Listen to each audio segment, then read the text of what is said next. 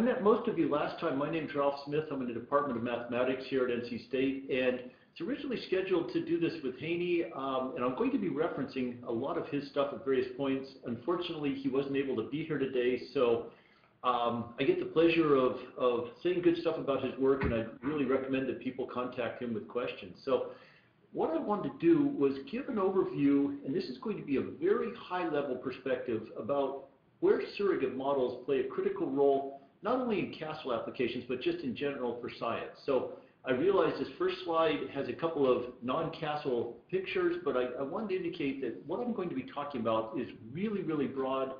Will be motivating with CASEL, but it goes across science. It's ubiquitous. So hurricane track for Katrina, obviously uncertainty quantification is critical there. And you can see the mean was dead on, went right through New Orleans, unfortunately. And then the other one, which having grown up in Wyoming and living in an area that's dealing with fracking, uncertainty underground, huge. So anyway, I just want to point out that what I say today in the context of CASEL is across science, and quite often we're drawing from techniques outside of nuclear engineering and transferring technology there. So just to remind, we talked about this last time, the three parts that we're really thinking about here are the combination of models, experiments, and numerical simulations, all of which have uncertainty, and we're interested in the quantity of interest. So that's where we're headed on this. So in the context of CASEL, hadn't anticipated that the moving was going to cause that interesting stuff with the update rate, but just a kind of a prototypical pressurized water reactor. And the part that we're really worried about in the CASEL side is what's going on inside the reactor, the control rods, the steam generation, the heat transfer, crud buildup, etc. So I don't want to spend too much time on the physics of this, and all of these slides will be posted, and a lot of the nuclear engineers have forgotten more than I know, but the thing I want to bring across is in order to do this problem correctly, it has to involve neutron transport, thermal hydraulics, chemistry. It's inherently multi-scale, it's inherently multi-physics, and what I'm talking about for models, numerical codes, etc., has to go across that. Okay, so I want to really get across that where we're headed this year, next several years for this technology is this multi-scale, multi-physics, big problems. Okay, enough on that moving thing.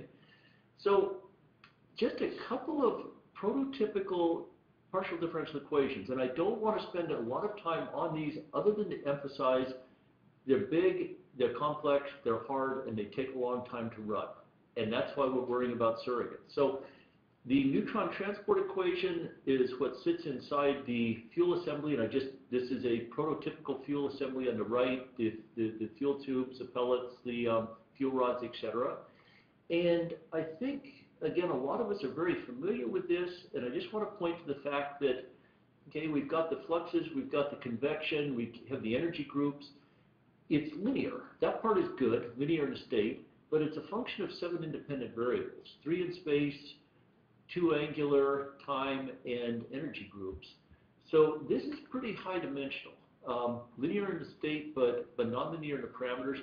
It can have a very, very large number of inputs. So when we start looking at things, let's see if I can point with the mouse here, yeah, a little bit if I can drive it slowly. Things like the cross sections. Okay, so when we start talking about the number of inputs, we can easily run into thousands, millions. We have to reduce that. For those who are working with this, there's a variety of very sophisticated codes. The deterministic code de novo is one that is heavily used. Alternatively, people can look at stochastic codes. And the point to take away from this is they can easily take hours to days to run, which means for uncertainty quantification, it's too long. We have to build surrogates. We use this to build a surrogate that we can use in, quote, real time. So the other example I wanted to point to, coupled with that, is general thermal hydraulic equations. Typical place you would start here is mass, momentum, and energy balance. I'm thinking about two-phase, fluid and gas.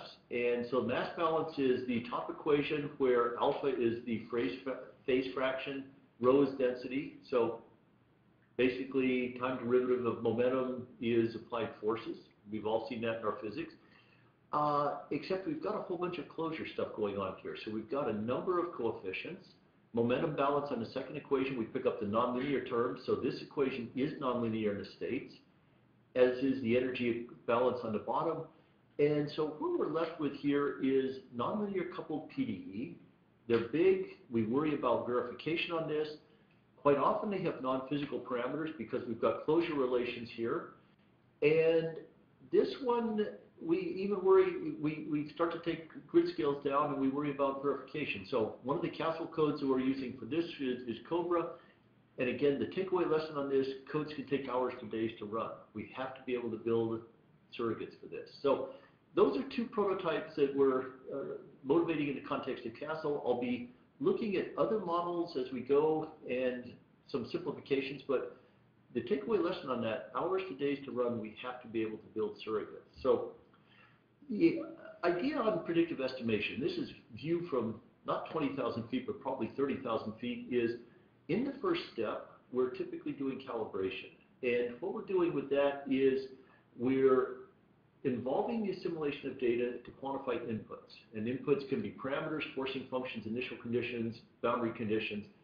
But I indicate this on this assimilation part, and again, to take a motivation from the weather industry that we can possibly borrow from. We're trying to determine initial conditions here so that after the assimilation period, we can forecast. That's the whole idea of predictive estimation is, can we do predictions with reduced and quantified uncertainties? Okay, and so this words here, error bounds, probability density function, but can we do predictions with quantified and reduced uncertainties? And can we accurately determine that validation regime? Where does this work? Okay, so again, building best estimate parameters and responses with uncertainties quantified. Okay, so on calibration, the high-level picture is that we treat our inputs, think parameters or boundary conditions, as random variables. As random variables, they have densities. And the crux of this is Bayes' relation. So, I think a point here, I think I can get there. Okay. Bayes' relation, which says I've got a likelihood function, I have a prior, and then the integral in the denominator just says that this thing is normalized to 1. Doesn't seem like a big deal, except the p in that integral is the number of parameters, which, as I indicate below, for nuclear problems can easily be 100,000 or higher. Integrating over R100 or 100,000 is not going to be done directly.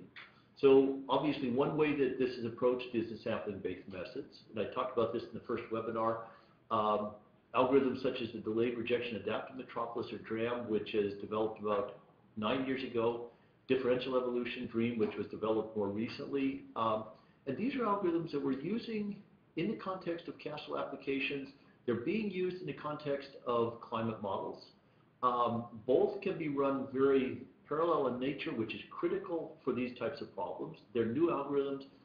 And the thing that we have to take away on this is, as I pointed out, for Castle problems, the nuclear reactor models, we've got coupled multi-physics codes that can take hours or days to run.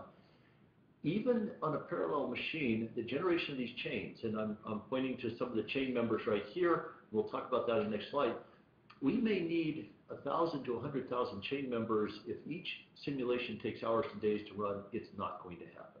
We need the surrogates. So I want these first few slides to motivate why we need surrogates, and then we'll talk about how we can build them.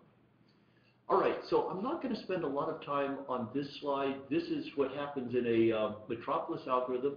But basically, the takeaway story on this, I'm just going to point to this pictures, is I start from an initial point. This is, again, a parameter point. I look at it by likelihood, and I'm not going to be able to do too much pointing here, but I look at the likelihood, and I want to maximize that. So if my next choice is higher likelihood, I accept it. I again accept for the next choice, which is higher likelihood. Now, the third choice, if it's not higher likelihood, I may accept or I may reject the probability of how much lower it is. And the crux of this is this model evaluation. The sum of squared SS sub Q is the sum of squared errors. And the takeaway on this is it depends on the model. Okay, so I'm looking at a model evaluation right here. And again, if this takes hours or days to run, we can't run the required number of chains. All right, so that's where the surrogates come in. Now, so what do we want to get out of this with either our full or our surrogate models? We want to develop chains. Okay, so I'm just representing a prototypical biological application where we've got 15,000 elements in our chains. I've got 6 parameters. From those chains, I construct densities. And we talk in this area about things like burned in and converged chains, and this is just convergence in the sense of probability. And in order to be burned in, I need something like 15,000 realizations. For these complex models, we can't do that with a full order model. Okay, we have to have the surrogates, and I just point out these new algorithms are highly parallel. That's critical. All right, now, again, one of the prototypes, this is a biological model for HIV. There's 6 equations of state here. There's 18 parameters. We have densities. And ultimately, what we want to do is, as I indicated, we want to be able to quantify uncertainty in some quantity of interest. And we'll talk about specific ones in a minute. So if you have linear models, and that's linear in the parameters, you can do direct evaluation. But we never have linear models. If you can do a perturbation, so they're linear in behavior, we can use perturbation techniques. And that's been highly effective for things like the neutron transport. More generally, you use sampling type, Monte Carlo, stochastic spectral methods. We'll talk about that. Both require a large number of simulations. So I'll talk about sampling, and then we're going to start actually building some reduced order models. But the idea of sampling is to go into our chain and say, all right, I'm just going to sample from that chain. Every, in this case, 1,250, I'm going to sample. Very simple conceptually. The convergence is independent of the number of parameters. It works for correlated parameters, does not require Gaussian densities. So those are the good things. The bad things, conservation of difficulty here, slow convergence rate. This 1 over square root of m, what that means is in order to gain a place of accuracy, I have to take 100 more evaluations. Square root of 100, give me that place of accuracy. We have to do surrogates for this. And just to point out what nonlinearity does, I can take Gaussian input densities, parameter densities, look at the quantity of interest, and they're highly non-Gaussian. Okay, this is non-symmetric, as we can see. That's due to the nonlinearities. We have to accommodate that. So let's start talking about how we would build surrogates. And I'm going to take a couple of prototypical examples. So if I take the discretized neutron transport equations, discretized, you can write it as a large linear system, and it may be very, very large. So A of Q, phi equals S of Q. And Q is our parameters, for example, cross-sections. Okay. And for a quantity of interest, we're typically taking something statistical. It might be a mean value. Occasionally it's point evaluation, but I'm just going to simply take my quantity of interest Y is some measurement, C of Q, times phi, and if I solve for phi, that's A inverse S, S of Q. So I've just got this nonlinear relationship. It's algebraic, it's nonlinear, Y equals F of Q, and this could again be the neutron transporter problem, and this can easily be on the dimension of 100,000 by 100,000, and it's nonlinear. There's one example. Okay, so evolution equations, our thermal-hydraulic equations are an example there. Before we do the abstract form, let's just look at the heat equation. So I'm going to take the thermal aspect of the thermal-hydraulics, the simplest PDE we can. My parameter is the diffusivity, so I'm trying to keep my mouse staying in one place here. Diffusivity alpha. So I've just got the heat equation. I'm taking 0 boundary conditions in an initial condition. Now the way we look at that is in weak form. So we take a test function that satisfies the boundary conditions, this V, multiply the strong formulation by V, integrate by parts, and I get a weak formulation. So it's weak in the sense that I only have a single derivative on my space. I have du dx, dv dx. So I require less regularity, less smoothness on my elements. All right, so there's a specific example. That's the thermal part of my thermal-hydraulic nuclear equations. The evolution equation I'll be talking about is more generally du dt equals a nonlinear operator and a right-hand side on some space. And x can be an R1, R2, R3. Just think in 3 dimensions. I have a weak formulation that goes with that, and that corresponds to the weak formulation that we did for the heat equation. So my Roman n in this case is, again, a nonlinear operator potentially. And for a quantity of interest, I'm going to take the average value of that. So my rho here is a density. Integrate against that density, I have my average value. That's a typical response. So here's an evolution model that can represent, for example, a thermal hydraulics. So just repeating that, And here's our challenge for surrogates. We need to reduce dimensions in 3 places. One is the parameter space. I can easily have millions of parameters, and we cannot work with that. So there's 2 ways that people tend to think about this. I'll talk primarily about local or gradient-based, but I just want to point out that global sensitivity also is a very important technique here, high-dimensional model reduction, SOMO analysis, and other techniques based on these. So parameter space is one place. We also want to reduce in the state space, which can be billions of unknowns. And we'll talk about projection-based reduced order models here. Things like eigenfunctions, which have played a major role in engineering and scientific community, or proper orthogonal decomposition, or POD. And we also will need to reduce in the response space, which can be millions. And I'll talk about what, and I'm borrowing the technology of Mike Eldred and some of the group that have looked at this, but data fit techniques, like response surface models, emulators, meta models, these are all meaning the same thing, data fit. So let's talk about the parameter space first. And the first thing we would worry about here is, are the parameters identifiable in the sense that they are uniquely determined by the data? And the easiest place to illustrate issues is the simple harmonic oscillator, something we all learned in freshman year of calculus, probably. And the problem here is that I get the same state response with the parameter set of M, C, K, and F, which are the mass, damping, stiffness, and right-hand side, or I can divide through by the mass and get the same thing. So these parameters are not identifiable. Another way to say that is, given data, I can't differentiate between those sets of parameters because the model is not uniquely determined there.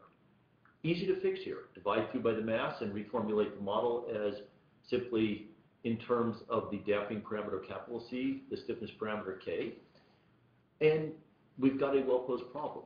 Now, it's easy to do that in this toy problem. In our applications, in probability, you can't do that. So you'll do linear analysis, linear algebra analysis on this. See if you've got singular covariance matrices. Statistical literature, you'll focus on things like subset selection. And the difficulty on a lot of these is, invariably in the analysis, you run into this phrase, requires expert opinion or input, which means that you need to have a nuclear engineer or a domain scientist very familiar with the problem to try and help you with these choices. And that's where we need to keep working on the analysis to reduce the load on the engineers and the scientists, be able to put this into analysis. So first idea is identifiable. Now, the second one is, even if we have identifiable parameters, we may have millions of them, literally, and yet only 100 of that million may be significant, and I'm putting significant in quotes. So, for example, I'm going to take my spring equation, which I just did, and I'm going to write it in first order form. So it's really the form derivative of my states with respect to time is a linear nonlinear operator times the states. And then I have observations. So in this case, I'm observing the state U, the displacements. That's it. So my observation in this case is C is 1, 0. More generally, I compose that as just an ODE system. Okay, so think about this as potentially discretized thermohydraulic model. There's my very simple case. And the strategy when you're doing sensitivity analysis is to say, all right, what is the sensitivity of my response Y with respect to certain parameters? And my parameter set Q is Q1 through QP. And sensitivity means how much does Y change as Q changes, which is nothing more than the derivative of Y with respect to the components Q. All right. And the strategy here is, once I determine sensitive parameters and insensitive parameters, I fix the insensitive parameters because they don't affect my input really, and I perform my uncertainty quantification only for those that are sensitive. So to illustrate, down in the bottom corner, I've got a parameter Q1, which is very, very insensitive. Large changes in Q1 yield almost no change in my response Y. So I can fix that, and it's not going to affect things. If I have the wrong value of Q1, it does not dramatically change things. On the other hand, Q2 has great sensitivity depending on where I look at it. So bring up my arrow here. Lots of sensitivity in this deep region, less sensitivity over here, and this raises this issue of the sensitivity depends on what values of Q I'm looking at. This is this local versus global. Locally, I have different sensitivities depending on where I'm evaluating. So that's the first issue we have to worry about, this local versus global. Secondly, how do you compute the derivatives? All right, so the easiest way to compute derivatives, and I'm just going in this simple prototypical ODE system, is to say, all right, let's just do finite difference approximations where I'm differencing in the kth element. So I difference in the kth element, I take the magnitude of that, and this is something, again, back to first semester calculus. Very simple in concept. Problem is for problems with multiple scales, and the scales can vary over 18 orders of magnitude, it's extremely difficult to get this to be accurate. All right, so simple in principle, difficult in practice. So the second thing people would do is say, all right, let's just use our calculus again, and let's differentiate our original problem with respect to the variables. So I differentiate the du dt with respect to q. I differentiate the f with respect to q, so I have to use the product rule, or I'm sorry, composition. And I get what are called the sensitivity equations, where uq is the derivative of my state u with respect to q. All right, so I do the composition of functions here. I get the derivative of this uq with respect to t, composition here, and I derive sensitivity equations. Again, fairly simple in practice, extremely difficult to do for large coupled systems. So people would then say, all right, well, let's go with automatic differentiation software, which is at the compiler level of breaking all operations down to adds, multiplies, and compositions. It works well for certain ODE, it's not well developed for PDE, and this is what's led to adjoint methods, hybrid subspace methods, and this is the first place I'm going to be referencing Haney's work. He is an expert on this with the hybrid subspace methods, which combines deterministic or forward and adjoint methods.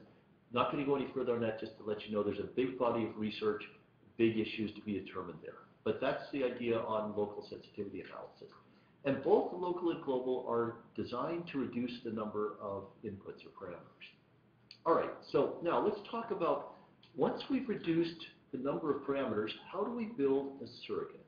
And I'm going to start with the data fit models.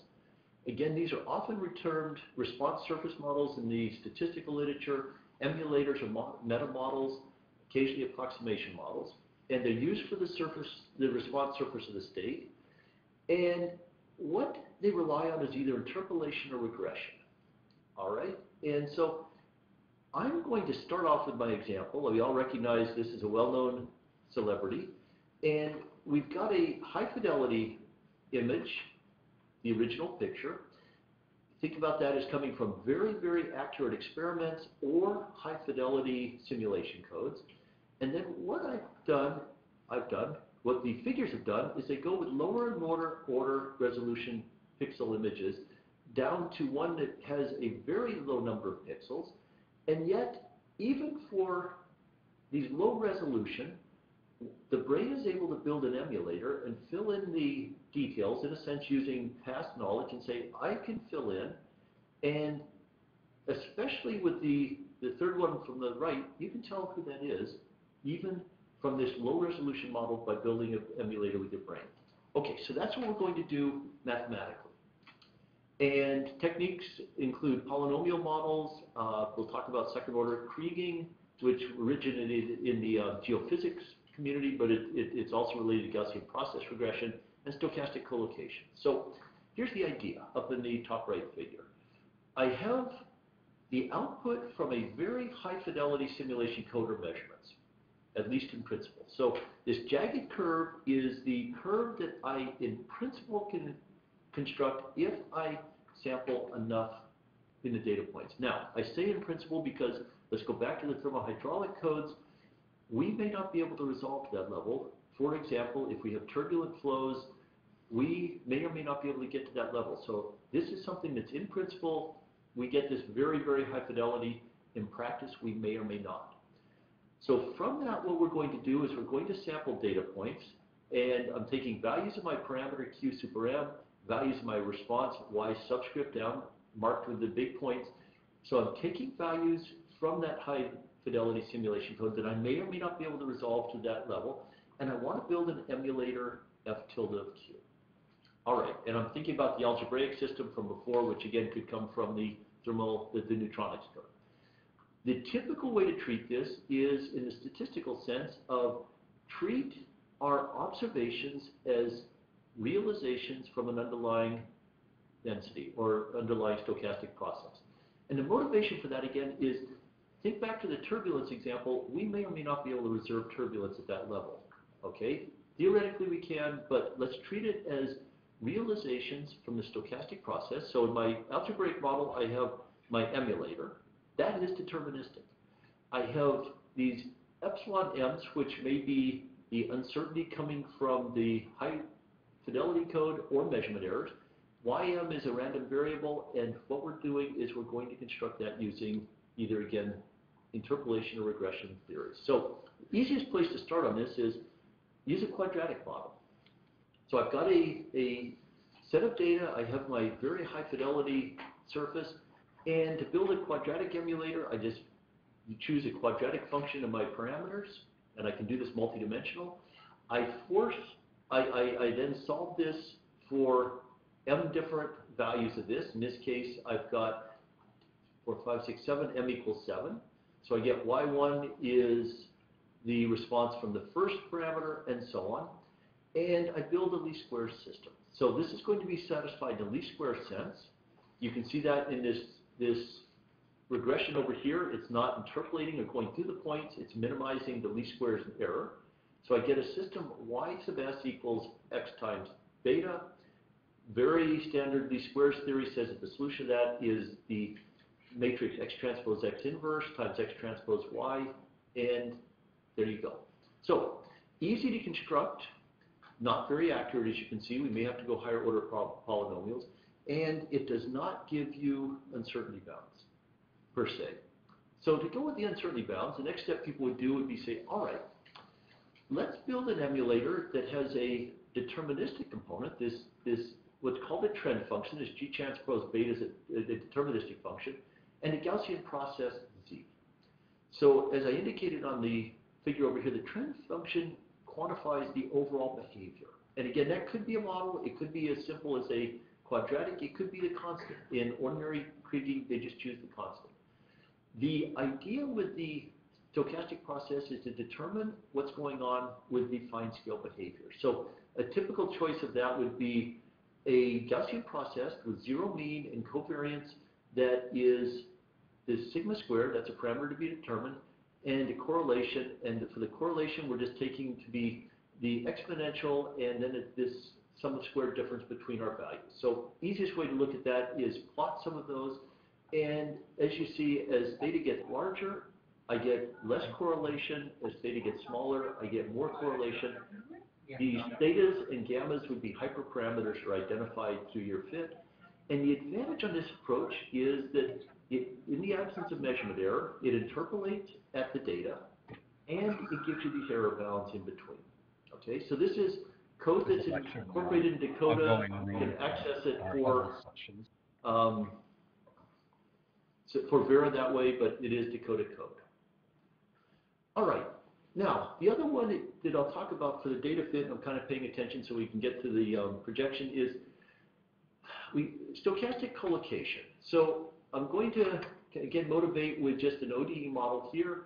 And the idea with stochastic collocation, I've got the wrong figures on here, unfortunately, I just want to go through these points, is I build an approximate solution where I have basis functions psi of k that are depending on the parameters.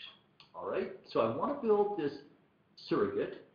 U super k is a surrogate, and the idea here is I want my surrogate to interpolate at each of the data points. So I'm trying to get my arrows here. There we go. So I want it to be the high fidelity solution at each of the data points. So high fidelity solution equals the surrogate at each data point. And if I take my approximate solution and substitute that in, I get this system that can be square. The problem is it's very ill-conditioned, all right? But this is the first place to start. I just enforce this interpolation and collocation point, and I get a system.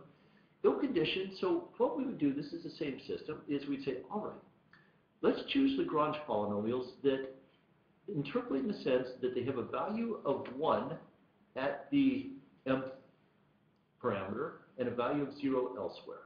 So what that says is all of the off-diagonal elements of my Van de Maan matrix are 0. I'm left with just the diagonal elements.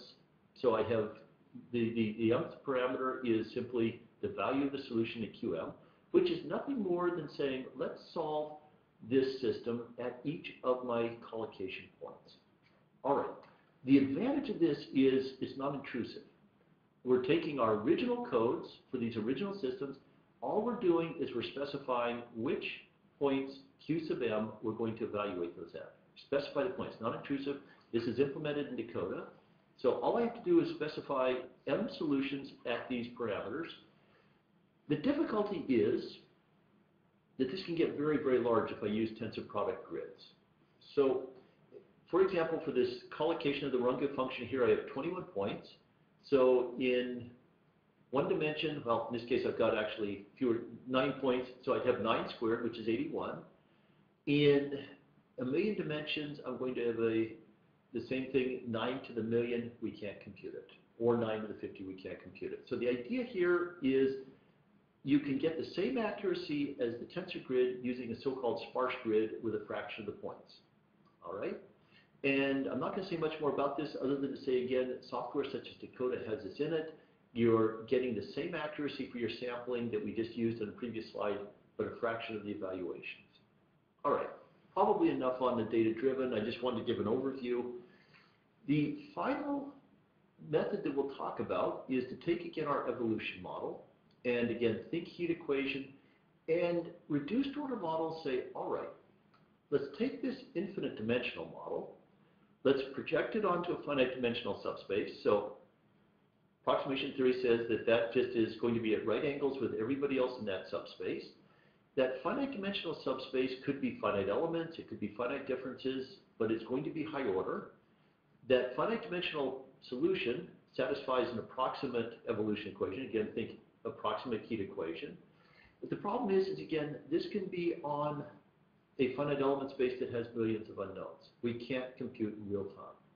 So the idea on the reduced order methods is to say, let's take that high order finite dimensional solution, let's project it onto a lower dimensional subspace that we can actually construct very quickly. So I'm going to build a second reduced order solution on a very low dimensional subspace where the dimension of that low is very small compared to, for example, my finite element space.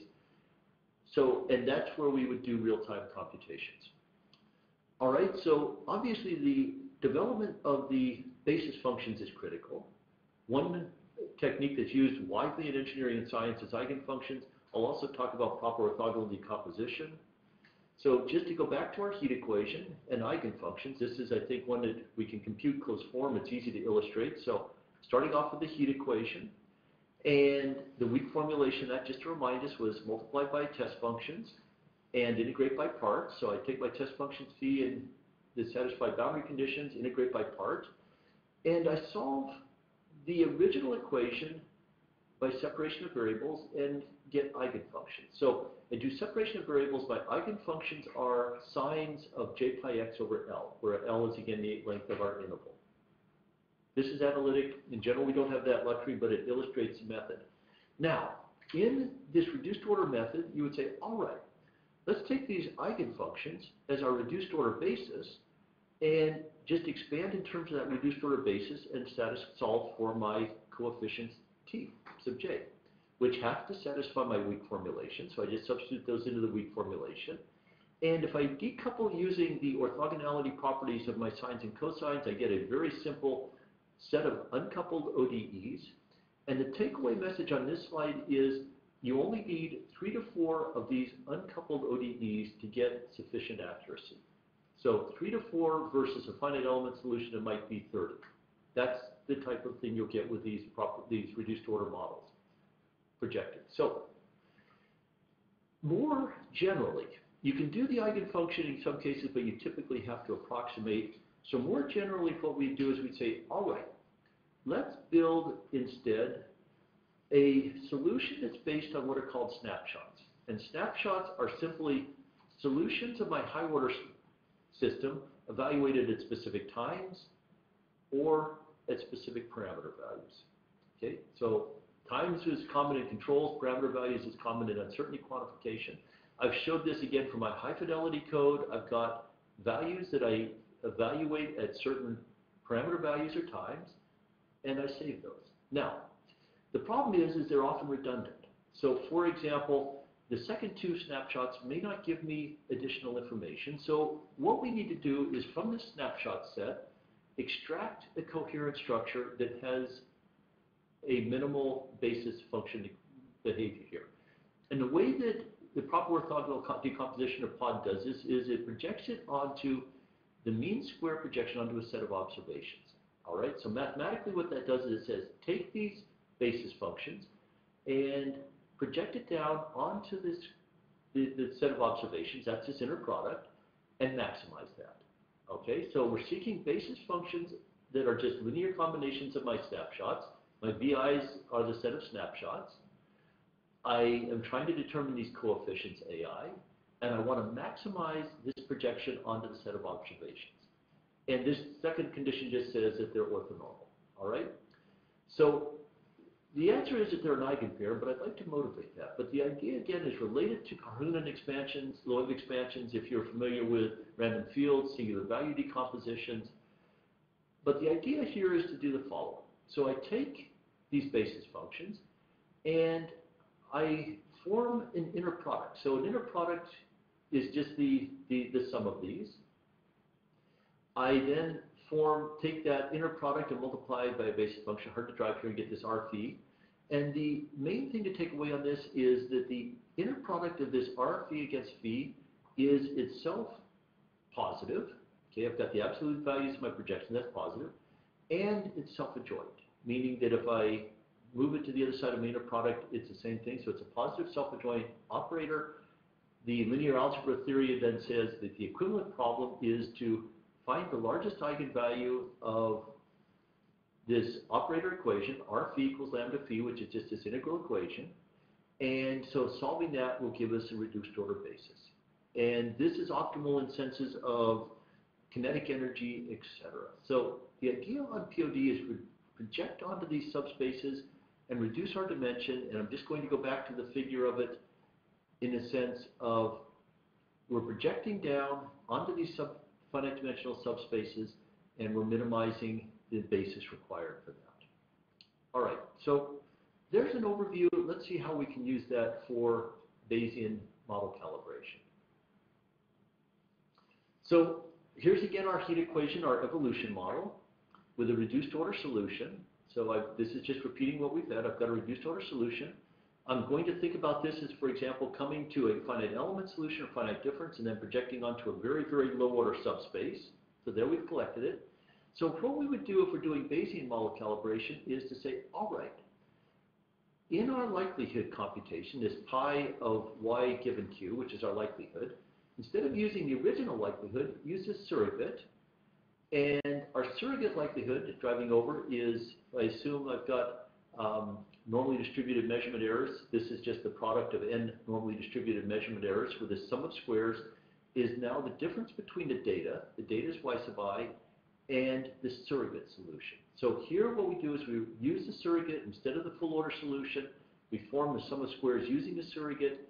The surrogate can be computed in the order of seconds to low minutes as compared to hours to days for the full order. That allows us to either approximate this integral directly using our sparse grid techniques or to build MCMC routines. So there's where we use the surrogate in Bayesian model calibration. And that's where it's being looked at, for example, with COBRA right now for thermal hydraulic. For the propagation of uncertainties, and then we're just going to start wrapping up. Again, just to remind us what we do here is we sample from our density, which would be the chain that we just constructed using our surrogate. We can do this now very, very quickly. It may be slow convergence rate, this 1 over square root of m, but that's okay because we've got these surrogates in place. And from that, we propagate through and build the prediction intervals for our responses or our quantities of interest. So again, just to remind us of what we're doing here in the middle plot, we've got a set of data. We have the mean in black. We have the prediction interval in the light gray. It's a 95% prediction interval, which says it should incorporate 95% of the data, and you can see that it roughly does. You can also see in the figure on the right that using these surrogates, you've got very nonlinear response despite the fact that the input is Gaussian. That's what we have to worry about on these nonlinear models. Okay, so there's where we would use the surrogate for Bayesian model calibration and propagation. So some concluding remarks, and then I think let's open this up for questions. Preaching to the choir, but just to remind us of the issues, these engineering and scientific codes can take hours or days to run.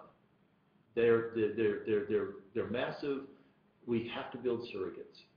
So they're required. The surrogates are required for Bayesian model calibration and uncertainty propagation. And those last two slides, we indicated how they would be used there. And what they have to do is they have to balance accuracy. Okay, so I'm going up to this top slide to kind of remind us.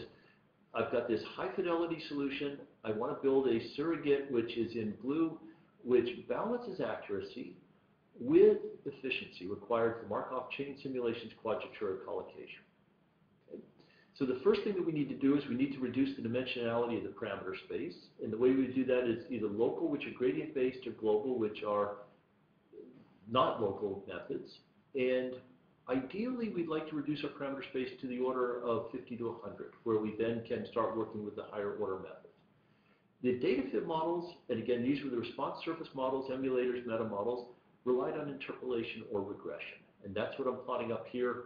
This one is actually interpolating. This is my Kriging model. Regression will minimize a least squares fit. The projection-based models are projecting onto low-dimensional states or response dimensions. They can also be used to reduce the parameter dimension, and in both cases with the data fit and projection, the idea is again to get a low-order surrogate. Surrogates are the term that incorporates both of those that provide us the accuracy that we need for the Bayesian model calibration and uncertainty propagation.